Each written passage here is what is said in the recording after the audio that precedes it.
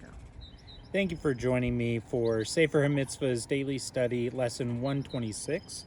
Today we're in Mishnah Torah. We're learning about the different tithes that are offered. And so the mitzvahs in Sefer HaMitzvos are relating to that. We have two positive mitzvahs today, positive mitzvah 126 and positive mitzvah 129. First of all is the mitzvah to give to the priests from the first of your grain. So this comes from Deuteronomy 18:4. It says, "The first of your grain you shall give to him."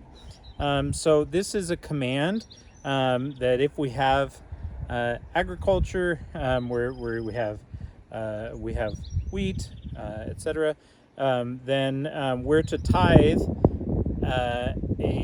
to separate a tithe from that.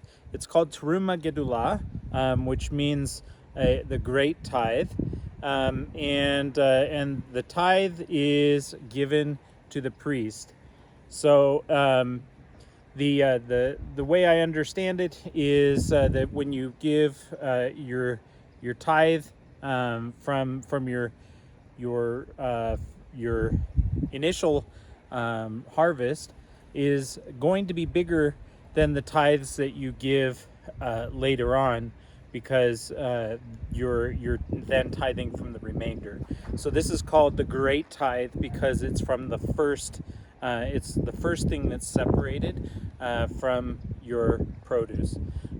This is a biblical precept and only applies in the land of Israel, according to the Torah. All right, then we have the Levites' priestly tithe. So this comes from Numbers 18:26, which says, "Speak to the Levites and tell them, when you take from the children of Israel the tithe that I have given you from them as your inheritance, then you shall offer up as a gift for God a tenth of the tenth."